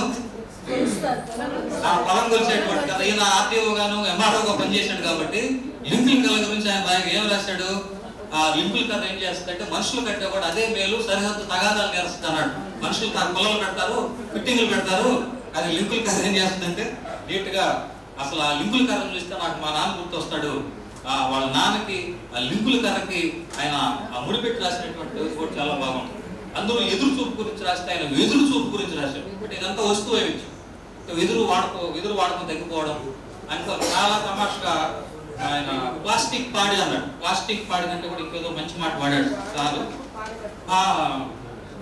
పాడి సంచి అనే మాట వాడాడు. పాడి సంచి ప్లాస్టిక్ సంచిని పాడి సంచి అనేటువంటి మాట వాడటం. పిచ్చుకును మాయమైపోతున్నటువంటి పిచ్చుల గురించి చెప్తూ టైటిల్ పెట్టాడు, గుప్పెడు బంగారం అన్నాడు. అంతే పిచ్చుకుని చెప్తూ అక్కడికి ఆ పోయం అయిపోయింది. అంతే ఇంకేం రాయక్కర్లేను. శీర్షికలోనే గుప్పెడు బంగారం అని పెట్టడంతో ఆ కవిత యొక్క గొప్పతనం తెలిసిపోతుంది. చివరిగా ఆయన ఫేస్బుక్ లో అమ్మ అని ఒక పోయం ఉంటుంది. ఫేస్బుక్ లో అమ్మ అంటే అప్పుడప్పుడే ఈ సోషల్ మీడియా ప్రభావం వస్తున్నటువంటి సందర్భాల్లో రాసిన పోయం అన్నమాట. ఏం చెప్పాడు? అతను నాలుగుపై హైటెక్ చాక్లెట్ నాన్తో ఉంటుంది, మెదడులో డిజిటల్ టెర్మినాలజీ ఉంటుంది, గూగుల్ సెర్చ్ తో దినచర్య మొదలవుతుంది. ఒకనొక సాయంత్రం ఆకస్మికంగా అతని తల్లి మరణించింది. వెంటనే ఫేస్బుక్ లో పోస్ట్ చేసి లైకుల కోసం, కామెంట్ల కోసం, షేర్ల కోసం నిరీక్షణ. ఎంత దారుణమైనటువంటి ఇట్లాంటి పరిస్థితి ఇప్పుడు లేదంటే ఖచ్చితంగా ఉంది. ఇవాళ పోస్ట్ చేసిన వెంటనే ఎన్ని లైకులు వస్తున్నాయి, ఇవాళ మూతులు ఎడితే పెడితే ఫోటోలు పెట్టి మనకు తెలియజేయడం కాదు. ఇవి ఇన్స్టాగ్రాముల్లో ఎంత నానాగామ జరుగుతుందో మీకు తెలియదు ఏమి కాదు. అలాంటివి అనేక విషయాలు. ఊపిరి పోసుకున్న ఇంట్లోకి ఊపిరి పోయాక చేరుకోవడం గురించి ఆయన బాధపడ్డాడు. అంటే చాలా మంది మనం పల్లెటూరులో ఏదో ఇల్లు ఉంటుంది, ఏదో పని మీద లేదా ఏదో ఉద్యోగాల మీద లేదా ఏదో సాకు మీద పట్టణాలకు వచ్చేస్తాం. కానీ ఇల్లు ఎప్పుడు గుర్తొస్తుందంటే ఊపిరి పోసుకున్న ఇంట్లోకి ఊపిరి పోయాక చేరుకోవడం అని మాత్రమే, అప్పుడు మాత్రమే మనకు ఇల్లు గుర్తొస్తుంది అనేటువంటి ఇది చెప్తాడు అన్నమాట. చివరిగా మనకు ఆయన అవయవ దానం చేశాడు. అవయవ దానం చేయడం ఆయన బతుకు రాశాడు. మళ్ళీ బతికేందుకు అనేటువంటి పోయం రాశాడు. ఇంతకుముందు చదివిన పోయం, ఈ రెండు పోయం నాకు చాలా ఇష్టం. వశిష్ఠ చాలా ఇష్టంగా ఈ పోయిమ్స్ నుండి ఇందులో చేర్చాడు, చాలా గొప్ప చేశాడు. ఈ రెండు పోయిమ్స్ ఈ సావనీరులో ఉన్నాయి. ఏం చెప్పాడు? మామూలుగా అయితే ఊపిరిపోయిన మనిషి ఊరు పేరు లేకుండా మట్టిలో కలిసిపోవాల్సిందే. బ్రెయిన్ డెత్ ఒక దీపం మరో జ్యోతిని వెలిగిస్తుంది. కాస్త చమురు కొత్త వెలుగును ఊపిరిలో ఉంటుంది. కాలి బూడిద కాకుండా మరొకరు గమనిస్తే కళ్ళు కోటి కాంతులు ఇస్తాయి. కాలేయం కాపాడి వేరొకరి శరీరంలో భద్రపరిస్తే విషానికి విరుడు అవుతుంది. మనిషికి మనసు తోడైతే విశ్వం విశాలమవుతుంది. దురదృష్టం వెన్నంటినప్పుడు ఊపిరి ఓ దేశాన్ని వీడుతుంటే అయిన వాళ్ళందరూ దుఃఖ సముద్రంలో మునుగుతారు. ఆ దుఃఖం నుంచి త్యాగం పుడితే పొడిగట్టిన ఆ దీపం 5-6 జీవితాల్లో వెలుగు ప్రసరింపు చేస్తుంది. ఒక మడికంట, ఒక ఏడుకొండలు, ఒక సురేష్ వాళ్లే కాదు, అవయవ దానం చేసిన వారందరూ చిరంజీవులే. ఆ కుటుంబాల త్యాగానికి ప్రతీకలే. జీవన్దాన్ మహాదాన్ అంటూ రాయడం గొప్ప కాదు, రాసిన దాన్ని పాటించడం, ఆచరించడం, కొనసాగించడం. సోమపల్లి వెంకట సుబ్బయ్య గారి కవిత్వము జీవితము రెండు ఒకటే. తెలుగు సాహిత్యంలో కవిత్వము జీవితం రెండు ఒకటే ఉండేవాడు చాలా తక్కువ. కానీ ఎన్ని చదివిన తర్వాత, ఆయన జీవితాన్ని చూసిన తర్వాత, వ్యక్తిత్వాన్ని చూసిన తర్వాత, కవిత్వాన్ని చూసిన తర్వాత మనకు ఇవన్నీ మనం నిరూపించవచ్చు అన్నమాట. కాబట్టి ఆయన శ్రమ పట్ల గౌరవం ఉంది.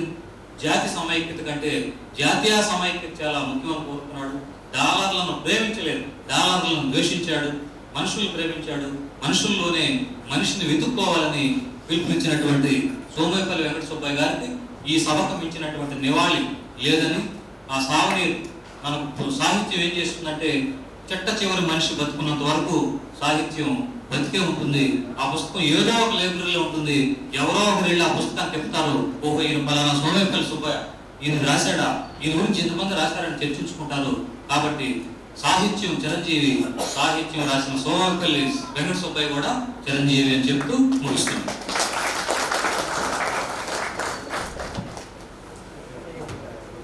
సోమపల్లి వారి తత్వంలో నుంచి వెలికి తీసి మనకు అందించారు గోపాలయ్య గారు.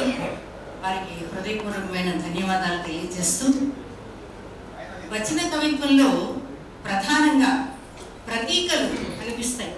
అంటే చెప్పవలసిన విషయాన్ని ఒక నినాదంలాగా, ఒక సూక్తిలాగా చెప్పకుండా ధ్వనిపూర్వకంగా మరొక విషయాన్ని, దాని సమానమైనటువంటి విషయాన్ని తీసుకొని చెప్పడం అన్నది వచన కవిత్వకు ప్రాణం పెట్టేటటువంటిది. అలాంటి ప్రతీకలు, తెలుగుతనం ఉట్టిపడే కవితలు ఈయన కవిత్వంలో మనకు అనేకం కనిపిస్తాయి. ఒక చోట అంటారు, పురిటి గడ్డను పసిబిడ్డలా సాగాల్సిందే. చూడండి, ఇక్కడ పసిబిడ్డ లేదు, పురిటిగడ్డ అంటే ఏంటి? ఈ రెండింటిని అర్థం చేసుకున్నప్పుడు ఆయన కవిత్వ తత్వం ఏమిటో మనకి బోధపడుతుంది. అదే ధ్వని, దాన్నే ప్రతీక అంటారు వచన కవిత్వంలో. అలాగే మట్టి స్పర్శ లేని మాటలు, వాసన లేని పువ్వులు,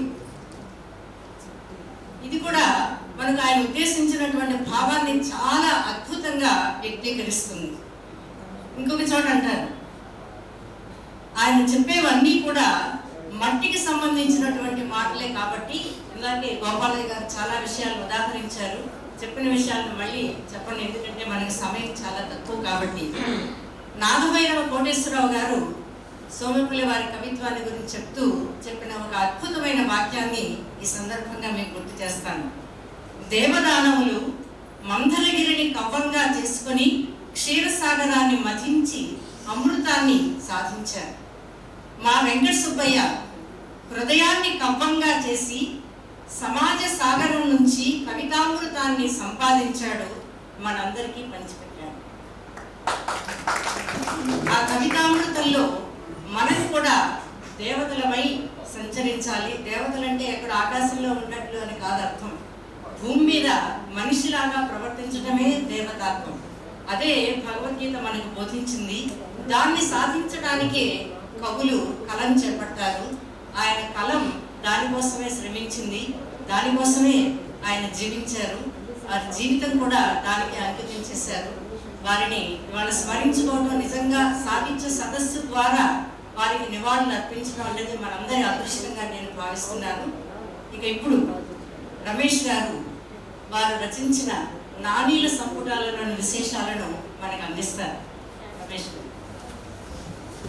గారికి, నాకు ఈ అవకాశం ఇచ్చినటువంటి మా ఆంధ్రప్రదేశ్ రచయితల సంఘం ప్రధాన కార్యదర్శి కల్పా ప్రకాష్ గారికి, సుబ్బయ్య గారి కుమారుడు చిరంజీవి వశిష్ఠకు ఇచ్చేసిన కవిని, వారు అప్పట్లో సెల్ ఫోన్ లేవు, ల్యాండ్ ఫోన్ ద్వారా మేము సంభాషించుకునేవాళ్ళం. ప్రక్కనే ఎస్ఆర్ బలంగా ఉండేవారు. వారు మాటల ద్వారా సంపుటలు రాశారు. మిత్రులు గోపాలయ్య గారు వచన కవితా సంపుటాల గురించి చెప్పారు. ఇప్పుడు నేను 5 నాలుగు సంపుటాల గురించి మీరు చెప్పిన టైంలో ముగిస్తాను మేడం గారు. పలకరి చిలుకులు 2001లో రాశారు. రెప్పల చొప్పుడు, పచ్చని వెన్నెల, చేను చెక్కిన శిల్పాలు, నాగలికి నా నమస్కారం, ఈ 5 నాలుగు సంపుటాలు రాశారు సుబ్బయ్య గారు. సుబ్బయ్య గారు అందరినీ కలుపుకుంటాడు, అందరితో కలిసిపోతాడు. ఆయన వ్యక్తిత్వం అది. ఆయన ఆర్టీఓగా ఉన్నప్పటి నుంచి, మన పుట్టినప్పటి నుంచి, సిఇఓగా ఉన్నప్పటి నుంచి మేము అప్పుడప్పుడు కలుసుకున్నప్పుడు వారి వ్యక్తిత్వాన్ని దగ్గరగా పరిశీలిస్తే, వారి కవిత్వంతో వ్యక్తిత్వం చూస్తే అందరినీ కలుపుకుంటాడు, కలిసిపోతాడు. కోపం అనేది ఎప్పుడు నేను చూడలేదు. ఇతరుల గురించి ఎప్పుడు పలానా వారు ఇట్లా రమేష్ అని కూడా ఏనాడు అనలేదు. అది వాస్తవం. ఎవరి గురించి ఆయన కామెంట్ చేయలేదు. ఒక బాధపడ్డా అతను తనవారు బాధపడి ఉండొచ్చు, కానీ ఎప్పుడు ఎవరి గురించి కూడా మందలించడం కానీ, కోపడటం కానీ, బాధపడటం కానీ వ్యక్తీకరించలేదు. ఆ విధంగా సాక్షి పొందరికి వచ్చిన వాళ్ళకి పరిష్కారం చేయడానికి అవకాశం ఉంటే చూస్తాడు. మా అబ్బాయి ట్రాన్స్ఫర్, మా అబ్బాయికి పోస్టింగ్ విషయంలో కూడా అనారోగ్యం ఉండే కూడా 1-2 సార్లు ఫోన్ చేశాడు. రమేష్ అవసరం నేను వస్తానయ్యా కూడా అన్నారు. అంత మంచివాడు, సహృదయులు. ప్రజల సమస్యలు గుర్తించారు కాబట్టి వారికి సోమపల్లి నగరంగా వారికి తాడేపల్లి గుడి వారు పెట్టుకున్నారు. ఈ విధంగా ఒక అధికారిగా ఉంటూనే 9 పుస్తకాలు రాసి మనందరికీ పంచారు. ప్రజల కోసం రాశాడు, ప్రజల కోసమే జీవించాడు. అందులో నాణ్య సంపుటాల గురించి మాట్లాడితే సుబ్బయ్య గారు రాసిన తొలి నాలుగు సంపుటల గురించి నేను ఫస్ట్ మాట్లాడతాను. వారు రాసిన తొలకని చిరుకులు అనే సంపుటిలో గ్రామీణ నేపథ్యం, రైతు, కూలి, పొలం, చేనుగట్టు, రైతు తలకట్టు, రైతు చెమట, నాగలి, మంచె, బైరగాలి ఇలాంటి పల్లెతనంతో కూడిన అంశాలన్నీ క్రోడీకరించారు. సోమేపల్లి హనుమంతరావు వాళ్ళ నాన్నగారిని చూసుకుని ఈ అంశాలని క్రోడీకరించారని నేను అనుకుంటున్నాను. పొలం గట్టు మీద వాళ్ళ నాన్న ఎలా నడిచేవారు, తలకట్టు ఏ విధంగా కట్టేవారు, వాళ్ళ నాన్న ఒక మోడల్ అయింది. నాటి రైతులు కూడా ఆయన మోడల్. ఆ విధంగా వెంకటేశ్వర గారి కవిత్వం, విద్యత్వం కలిసిపోయి పెరిగారు, మమేకమైపోయారు. ఆ విధంగా కవికి సమాజాన్ని గురించి బాధ్యత ఉంటుంది, జరుగుతున్న విషయాల గురించి బాధ్యత ఉంటుంది. కవి క్రాంతదర్శి, కవికి సమాజం మీద బాధ్యత ఉంది. అందువల్లే పోయిట్ సార్ అనాథరైజ్డ్ లెజిస్లేటర్స్ అంటారు. మనము అనాథరైజ్డ్ లెజిస్లేటర్స్, మనం ప్రజలు ఎన్నుకోవాలి, మనమే ప్రజల గురించి మనం రాయాలి. ఇక వారు రాసిన తొలి సంపుటి, తొలి కవితా సంపుటి తొలకరి చిరుకుల్లో చక్కని నాణ్య సంపుటి. ఈ నాణ్య సంపుటి గురించి రాస్తుంటే అప్పుడు గన్ గోపి అంటాడు, వెంకట సుబ్బయ్య గారు నాకు దేవుడిచ్చిన తమ్ముడు అంటాడు. వెంకట సుబ్బయ్య గారు నాకు దేవుడిచ్చిన తమ్ముడు అని చెప్తాడు అనమాట. ఇంకో మాట చెప్తాడు, తొలకరి చిరుకులు నాకు చేతికిచ్చారు, ఇవి తొలకరి చిరుకులు కాకూడదు, ఇవి తొలకరి చిరుకులు కాకూడదు, కాబట్టి మీరు ఇంకా రాయాలని చెప్పారు. డాక్టర్ ఎన్ గోపి గారి పుస్తకమేమో 5 నాణ్య సంపుటలు రాశారు. తొలకరి చిరుకుల సంపుట్లో ఫస్ట్ ఒక మాట నాని చెప్తాను మీకు. బూడిదంటే చులకని ఎందుకు, బూడిదంటే చులకని ఎందుకు, అది జీవితపు తుదిజాడా, అది జీవితపు తుదిజాడా. అందరూ ఏదో రోజు కాలకల్పంలో కలిసిపోవాల్సింది, బూడిదలో కలిసిపోవాల్సింది. కానీ దాని గురించి బూడిదని చులకన కట్టకూడదు. ఎంతటి వాడైనా ఏదో రోజు మనం కలిసిపోవాల్సింది. కాబట్టి బూడిద అనేది మన చివరి యొక్క తుదిజాడ. కాబట్టి మనందరం జాగ్రత్తగా ఉండాలి జీవితంలో, అది ముఖ్య ఉద్దేశం. బతికంతా 4 కాలాల పాటైనా చక్కగా చల్లగా ప్రజలతో సహాయపడున్నాయనా అని చెప్తూ ఇది తుదిజాడని చెప్తాడు అనమాట. ఇంకో నానిలో గడగడ గంట జ్ఞాపకాలలో బడి కాదు బాల్యమిత్రులు. ఆయన బాల్యమిత్రులతో ఎంతో సహకారం ఉంటూ ఈనాటి మిత్రులతో కూడా కలిసిపోయారు. బాల్యమిత్రులు గుర్తు చేసుకుంటూ గడగడ గంట జ్ఞాపకాలలో బడి కాదు బాల్యమిత్రులు. అలానే అదే చిత్రము పట్టం వచ్చి చూస్తే గానీ పల్లె సౌందర్యం తెలియలే. ఆయన హైదరాబాద్, గుంటూరు, విజయవాడ, ఈ తాడేపల్లి అన్ని చూసా నా ఊరు నాకు అందమైంది అంటాడు. పల్లెటూరు యొక్క అందాన్ని ఆయన బాగా అనుభవించాడు. పల్లె గట్ల మీద తిరిగాడు, చూను గట్ల మీద తిరిగాడు, మంచి ఎక్కాడు. ఇవన్నీ చూసినాక అదేం చిత్రమో పట్టం వచ్చి చూస్తే గానీ పల్లె సౌందర్యం తెలియలే. మరి పల్లెలో ఉన్నటువంటి స్వచ్ఛమైన నీరు, పొలాలు, పచ్చదనం పట్టణాలు ఉండదు కదా. అందువల్ల ఆయన ఈ విషయంలో చాలా జాగ్రత్తగా గమనించి అదే చిత్రము పట్టం వచ్చి చూస్తే గానీ పల్లె సముద్రం తెలియలే అన్నాడు. అలానే పలకంటే మహాప్రాణం, మళ్ళీ పాఠశాలకు వెళ్ళిపోయాడు. పొలం నుంచి పాఠశాలకు వెళ్ళిపోయాడు, ప్రాథమిక పాఠశాల. పలకలు ఉండే ప్రాథమిక పాఠశాల ఉన్నాయి కదా. పలకంటే మహాప్రాణం, అక్షర సౌధానికి అదే కదా పునాది.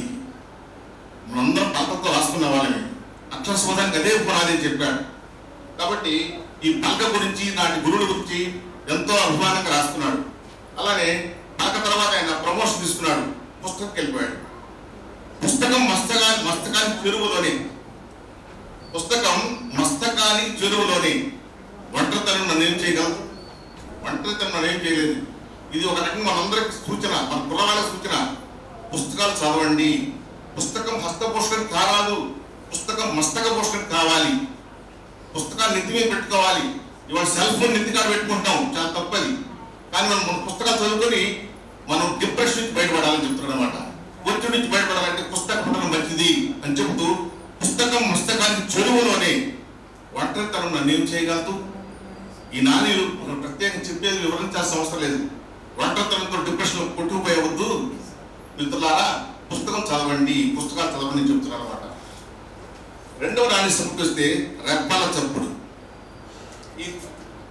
ఈ నాణ్యలు కొంత పరిణతిగా ఉంటాయి. ఎవరైనా పరిణతి సాధిస్తారు.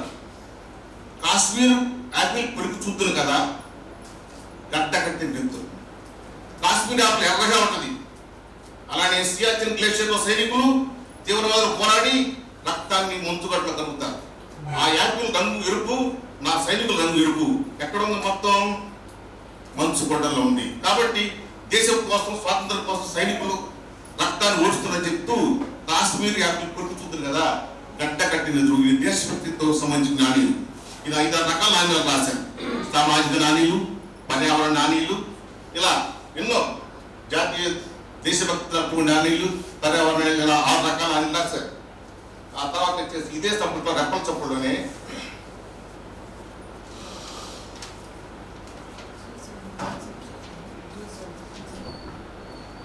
నీళ్ల గురించి చెప్తూ మంటలను ఆర్పేస్తుంది, చిచ్చును రగిస్తుంది.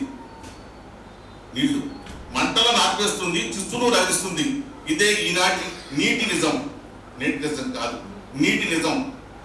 మంటలను ఆర్పేస్తుంది, చిచ్చును రగిస్తుంది. చిచ్చు రగలంటే కావేరీ జలాల కోసం ఆంధ్ర వాళ్ళకి, కర్ణాటక వాళ్ళకి, బంగ్లాదేశ్ వాళ్ళకి, మనకి గంగా జలాల కోసం, ఇలా 2 దేశాల మధ్య, 2 రాష్ట్రాల మధ్య, 2 గ్రామాల మధ్య నీళ్ల కోసం యుద్ధాలు జరుగుతున్నాయి. కాబట్టి నీళ్ళు అనేవి ఎలాంటి అందరికి అవసరం. కాబట్టి పాలకులు జాగ్రత్తగా ఉండి నీటి సమస్యలు పరిష్కరించండి. ఎందుకంటే నీరు మంటలను ఆర్పేస్తుంది, చిచ్చును రగిస్తుంది. ఇదే ఈనాటి నీటి నిజం. అలానే మల్లేశ్వర సినిమాలో భానుమతి రామారావు గారు కొట్టు పాట పాడుకుంటారు, కొంగలు దొరుకుతారు. అవిగో కొంగలని అవి గుర్తొస్తాయి మనకి. నాని వింటే పచ్చని చెట్లు తెల్లబడ్డాయి. ఓహో తెలిసింది, కొమ్మ కొమ్మకు కొంగలు, కొమ్మ కొమ్మకు కొంగలు. మనం గమనిస్తే కొమ్మల మీద కొంగలు ఆడుంటే ఎంతో ఆనందంగా పడతాం. అసలు చుట్ల ఆకులు పడదు. అదే కవి దృష్టి, కవి భావన. అదే మామూలు సామాన్యుడు చూసే దృష్టికి, కవి చూసే దృష్టికి అవి కొంగలే చెట్టు మీద వాలి అంటాడు సామాన్యుడు. కానీ కవి ఏమంటాడు, కొమ్మ కొమ్మకు కొంగలు. ఓహో తెలిసింది, పచ్చని చెట్లు తెల్లబడ్డాయి. ఆ తర్వాత ఇంకో నాని, ఏదో కోల్పోయిన గుబులు గుర్తొచ్చింది, సెల్ ఫోన్ మర్చిపోయా. ఇది మనందరికీ ప్రస్తుతం ఉన్న విషయమే. ఏదో కోల్పోయా, గుబులు గుర్తొచ్చింది, సెల్ ఫోన్ మర్చిపోయా. మరోలోని ఊరిలో నీటికి కట్టకట్ట, మరి చుట్టూ చేపల చెరువులే. చక్కని గ్రామీణ ప్రాంతాల్లో చుట్టుపక్కల పొలాలన్నీ ఏం చేస్తున్నారు, ఇవాళ చేపల చెరువులు మార్చేస్తున్నారు. వాణిజ్య కేంద్రాలకు పోయి పొలాలన్నీ చేపల చెరువులు లేకపోతే చివరి భవిష్యత్ తరాలకి పొలాలు ఉండవు, ధాన్యం ఉండదని ఆయన ఆక్రోశిస్తున్నాడు. ముచ్చట్లు కాదు, రచ్చబండ అనుభవ పాఠాలు సానబట్టే వేదిక. పల్లెటూరులో మనకి రచ్చబండ ఉంటుంది. అనేక మంది కూర్చొని సాయంత్రం పూట ముచ్చట్లకే కాదు, రచ్చబండ అనుభవ పాఠాలు సానబట్టే వేదిక అంటాడు. సానబట్టే వేదిక ఏంటి? అక్కడ అనుభవంతో కూడా ఉంటే వృద్ధులు చాలా మంది సాయంత్రం పూట నీ పొలం ఏంటి, నా పొలం ఏంటి, ఏ ఎరువేసావు, మీ అమ్మాయి పెళ్లి సంగతి ఏమిటి, మీ అబ్బాయి ఎట్లా ఉన్నాడు, ఎక్కడ ఉన్నాడు, ఇలా పో అని అనేక మంది అనుభవాలు చెప్తారు. కాబట్టి రచ్చబండ్ల గురించి వారు వ్యక్తిగతంగా చూసుంటారు, కన్నవరంలో కానీ ఎంతనపూడిలో కానీ. ముచ్చట్లకే కాదు, రచ్చబండ అనుభవ పాఠాలు సానబట్టే వేదిక. కాబట్టి రచ్చబండ గురించి ఆయన చెప్తూ ఏమన్నాడు, అనుభవ పాఠాలు నేర్చుకోవాలి తమ్ముడు, పెద్దవాళ్ళ మాటలు వినండి అని చెప్తున్నాడు అన్నమాట.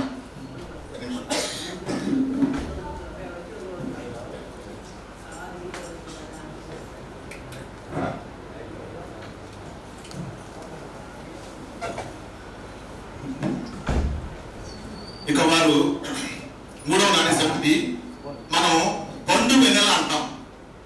3వ నాణ్య సమితికి ఏం పేరు పెట్టారు, పచ్చని వెన్నెల అన్నారు. సహజంగా పండు వెన్నెల పిలుచుకుంటాం, కానీ పచ్చని వెన్నెల అన్నారు. వారు ఏం రాశారంటే, పచ్చని చెట్లు ముత్తైదువులే. ఇందాక సార్ గారు చెప్పాడు గోపాల్ గారు ఎదురొచ్చే విషయాల గురించి. ముత్తైదువులు రమ్మంటారు, ఇవన్నీ మనకు వద్దు. పచ్చని చెట్లు ముత్తైదులు, ఆయన చెట్టులో ముత్తైదులు చూశాడు. ఎప్పుడు రైలు కిటికీకి ఎదురొస్తున్నాయి, రైలు కిటికీకి ఎదురొస్తున్నాయి. రైలు కిటికీ పక్కన కూర్చొని మా అంతా గాలి పీల్చుకోవడానికి హ్యాపీగా ఉంటాం. కానీ ఆయన చెట్లలో ముత్తైదు చూశాడు. కాబట్టి రైలు ప్రయాణంలో ఆయన ముత్తైదు చూశాడు, పచ్చదనాన్ని కోరుకున్నాడు. అందరూ పచ్చకుండాలని ఆయన ఆశిస్తున్నాడు. ఇంకో నాని, ఇది వాళ్ళ జరుగుతున్న నాని, అరే ఈ కొండ కొంచెమైపోయిందే, సరిగ్గా అర్థం అమ్మినట్టుగా. కొండ అర్థమందు కొంచెమై ఉండదా, వేమన్ గారు చెప్పాడు. కానీ ఇక్కడ నాని మనసు వెంకటేశ్వర చెప్పాడు, ఈ కొండ కొంచెమైపోయింది, సరిగ్గా అర్థం అమ్మినట్టు. ఇవాళ కొన్ని ప్రాంతాల్లో కొండలు ఏ విధంగా కరిగిపోతున్నాయో, కొండలు ఏ విధంగా ఆక్రమిస్తున్నారు, కొండలు ఏ విధంగా పాడు చేస్తున్నారు, మనం పేపర్ చూస్తున్నాం. ఇది ఊహించే సుబ్బయ్య రాశారు. కానీ ఈ కొండ కొంచెమైపోయిందే, సరికాదు ఏమిటట్టు. ఇంకో నాని పశువులది నిర్బంధ డైటింగ్, చుట్టూ పచ్చగడ్డి, మూతికి చెక్కం. చాలా మంది పల్లెటూరులో పశువులకి పాలు తీసే ముందు దూడని చేపించి తీసేస్తారు, కొంతవరకే తాగిస్తారు, తర్వాత మన వాళ్ళు పెట్టుకుంటారు. అలానే కొన్ని చోట్ల ఈ విధంగా పశువులు వాడుకుంటారు కాబట్టి దాన్ని నిర్బంధ డైటింగ్ అంటారు. డైటింగ్ మనందరం చేస్తూ ఉంటాం, ఇవాళ ఆహారం తక్కువ తీసుకుంటాం, కానీ పశువులది నిర్బంధ డైటింగ్ కాబట్టి పశువులు ప్రేమించాలి. చూడండి, పశువులు, కొంగలు, పచ్చని చేలు, తలకట్టు, చేనుగట్టు, ఇవన్నీ గ్రామీణ ప్రాంతాన్ని వారు బేస్ చేసుకున్నారు. తర్వాత 4వ కవితాసంపుటి చేను చెక్కిన శిల్పాలు. ఇది వారి 4వ కవితాసంపుటి. పల్లెకి ఫస్ట్ బస్సు వచ్చింది, నిండా వాటర్ ప్యాకెట్లు, కోలాలు. సహజంగా పల్లె నుంచి ఏమడితే మొక్కజొన్న కండెలు, కూరగాయలు, పట్టాలకు వెళ్తాయి. మన ఊళ్ళలో చూసుంటాం మనమంతా.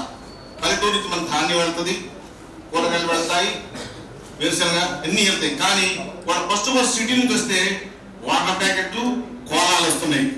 కోలాలతో పాటు బెల్టులు కూడా వస్తున్నాయి. ఇవన్నీ మనం పేపర్లో చూస్తున్నాం. కాబట్టి ఇలాంటి వాటర్ ప్యాకెట్లు, కోలాలు తాగడం వల్ల ఆరోగ్యాలు పోతాయి. ప్రకృతి సౌందర్యమైన పాలు తాగండి. ఇండైరెక్ట్ గా మనకి పండ్లు, పాలు, కూరగాయలు అనేవి చాలా అవసరము. ప్రకృతిని ప్రేమించండి అని చెప్తున్నాడు. కాబట్టి కమ్మని పాలు తాగి పెరుగు తిని జున్ను తిన్న సుబ్బయ్య గారు పల్లెదనాన్ని ప్రేమించాడు. ఇంకో నాని ఉంది, మట్టిదెంతో మహత్యం, మంచిని చెడు సాగంతో భరిస్తుంది. మట్టి గొప్పతనం అంతే కదా. మట్టిని మనం ఏం చేసినా అది ప్రేమిస్తుంది, ఎప్పుడు ఏ విధంగా ద్వేషించదు. అలానే జననం మరణం శ్వాసే భేదం, మనిషి జీవితం ఉత్త నీటి బుడగా. శ్వాస అనేది మాత్రమే తేడా ఉంటుంది, సరే తావుకి మరణానికి జననానికి. కాబట్టి శ్వాసను మనం అడ్డుగా భావిస్తే జననం మరణం మధ్య శ్వాస భేదం. అంటే జీవిత సారాన్ని గ్రహించిన వాడు ఎక్కడ సుబ్బయ్య గారు. సావును చూసి భయపడలా, చావును చూసి భయపడాలి. అందువల్లే ఒక శ్వాస ఉంటే బతుకుతాము, శ్వాస తిరిగిపోతాం అంతే. ఆయన ఆరోగ్యం గురించి కూడా ఆ విధంగానే శ్రద్ధగా ఉండకపోవడం వల్ల కూడా కొంత దెబ్బతిన్న రమేష్ కూడా నాకు చెప్పాడు. నేను కొంచెం బాగా జాగ్రత్తగా పాటించాల్సింది అని కూడా చెప్పాడు. కవికి కళానికి బంధం, మట్టికి మనిషికి అనుబంధం. బంధం, అనుబంధం. కవికి కళానికి బంధం ఉంటుంది. డాక్టర్ గోపి చెప్తాడు, శవం కాలినప్పుడు కవి అయితే మాత్రం చేయగలదంటాడు. ఆయన భావన శ్మశానంలో కాలని చెయ్యి, కవిగా చెయ్యి. ఇక్కడ మన వెంకటేశ్వర కవికి కళానికి మంచి బంధం ఉంది. అలానే మట్టికి మనిషికి అనుబంధం ఉంది అంటాడు. బంధం, అనుబంధం ఇది చాలా గుడార్థమైన కాదు. మట్టితో మమేకమైన మనిషికి, మట్టితో మమేకమైనటువంటి రైతు బిడ్డకు ఆ అనుబంధం తెలుస్తుంది. కాబట్టి మట్టితోనే మనం పుట్టాము, మట్టి నుండి పుట్టినట్టు వరి ధాన్యం తిన్నాము, గోధుమలు తింటున్నాము. కాబట్టి మట్టి మనకంతా ఇస్తుంది, కాబట్టి మట్టిని ప్రేమించాలి అంటాడు. వారి జీవిత భాగస్వామి నుంచి రాస్తూ మది నిండా మార్గదర్శి విజయలక్ష్మి గారు. మది నిండా మార్గదర్శి, గుండెల నిండా కృతజ్ఞతా ప్రమాణం. తల్లిని ప్రేమించాలి, భార్యను గౌరవించాలి. ఇక్కడ వెంకటసుబ్బయ్య గారు వారి శ్రీమతి గురించి రాస్తూ మది నిండా మార్గదర్శి, నాకు మార్గదర్శి నువ్వేనమ్మా, యు ఆర్ మై గైడ్. గుండెల నిండా కృతజ్ఞతా ప్రమాణం, నేను ఏమి ఇవ్వగలను? కృతజ్ఞత. నాకు ఇద్దరు బిడ్డలు ఇచ్చావు, నన్ను ఇంతకాలం ప్రేమించావు, నీకు నేను కృతజ్ఞతా ప్రమాణం తప్ప ఏమి ఇవ్వలేనమ్మా అని చెప్తుంటే మనకు చాలా అవసరమైపోతుంది. గుండెల నిండా కృతజ్ఞతా ప్రమాణం, మీకు ఇచ్చింది కృతజ్ఞతే. గుండెల నిండా మార్గదర్శి, మీరు నన్ను ప్రేమించారు, నాకు గైడ్ చేశారు ఇంతకాలం, నీకు నేను కృతజ్ఞత చెప్తానంటే ఏం చేయలేని చెప్తున్నాడు అన్నమాట. చివరిగా అక్కడ దాని విషయం చెప్తానండి. మేడం గారు నాకు ఇండికేషన్ ఇచ్చారు, నా కలిగిన నమస్కారం. ఈ టైటిల్ చూసినప్పుడు నా నమస్కారం అన్నప్పుడు నాకేమనిపిస్తుందంటే ఇది నా చివరి నమస్కారం అన్నట్టు అనిపించింది. నా కలిగిన నమస్కారం టైటిల్ అన్నప్పుడు మిత్రులారా, ఇది నా చివరి నమస్కారం. రాసిన అంశం కూడా ఇదే చివరిది. కాబట్టి ముర్రి చెట్టు ఊడలే మాకు స్ఫూర్తి, ఊరు ఇప్పటికీ ఉమ్మడి కుటుంబమే అంటే మంచి నాలుగు రాశారు. మేడం గారు టైం లేదంటున్నారు కాబట్టి చూపిస్తాను, ప్రయత్నం చేస్తాను. చివరిగా వారి గురించి నేను చెప్పేది అంటే, విజయం సాధించాడు అవయవదాత, విజయం సాధించాడు అవయవదాత, నిస్సహాయంగా యమదూత. మరి అవయవం దానం చేసిన వాళ్ళంతా ఓడిపోయాడు యమదూత. మన సుబ్బయ్య గారు బాడీ ఇచ్చాడు కాబట్టి ఈయన మహా అవయవదాత. ఈ విధంగా ప్రజల గురించి నిరంతరం రాసినటువంటి సుబ్బయ్య గారిని మనం ఇవాళ నుంచి నా దృష్టిలో, నా అభిప్రాయ ప్రకారం ప్రజాకవి అని పిలవాలి నా కోరిక. ప్రజాకవి అంటే సుబ్బయ్య గారు.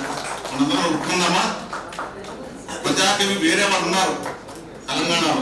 మన ఆంధ్ర ప్రజాకవి అంటే వెంకట సుబ్బయ్య గారు, మన గుంటూరు ప్రజాకవి వెంకట సుబ్బయ్య గారు. ప్రజాకవి ప్రజాకవి ప్రజాకవి. Thank you. నిజానికి చాలా తక్కువ సమయం ఇద్దరికి ఇచ్చింది, కానీ అందులోనే మంచి మంచి విషయాలను మా అందరికీ తెలియజేశారు. అందరూ చక్కగా ఆస్వాదించారు ఈ గంట సమయం కూడా. వారికి నిజంగా మనం అందించే నివాళి వారి కవిత్వాన్ని ఆస్వాదించడమే అని మరొకసారి గుర్తు చేయించారు మీరిద్దరు కూడా. మీ ఇద్దరికి సభాసదులందరి తరఫున హృదయపూర్వకమైన ధన్యవాదాలు తెలియజేస్తూ చివరిగా ఒక మాట చెప్తాను. ఇందాకే గోపాలయ్య గారు ఈ విషయాన్ని ప్రస్తావించారు. మట్టిలోనే నేను పరమాణువునై ప్రకాశిస్తాను, మట్టి పొట్టలో మళ్ళీ మనిషిగా పొటమరిస్తాను అని మట్టిని చుట్టుకుంటే అనే కవితలో వారు చెప్తారు. ఆ మట్టి నుంచి చిగురించిన ఈ చేమ కొమ్మ తిరిగి ఎప్పుడో ఎక్కడో మనిషిగా పొటమరిస్తుంది. ఈ స్థితప్రజ్ఞని ఆ మట్టి తిరిగి ఎప్పుడు మళ్ళీ మట్టి బిడ్డగా మనకు అనుగ్రహిస్తుందో కాలమెరుగును ధారుణి గర్భమేను. ధన్యవాదాలు. సత్కారం చేయవలసిందిగా మేడం మేడం భవానీ గారు లోపలికి వెళ్తారు. భవానీ గారు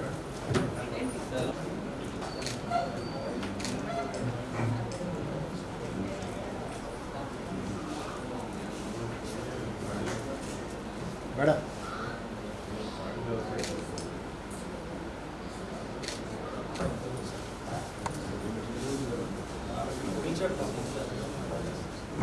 సార్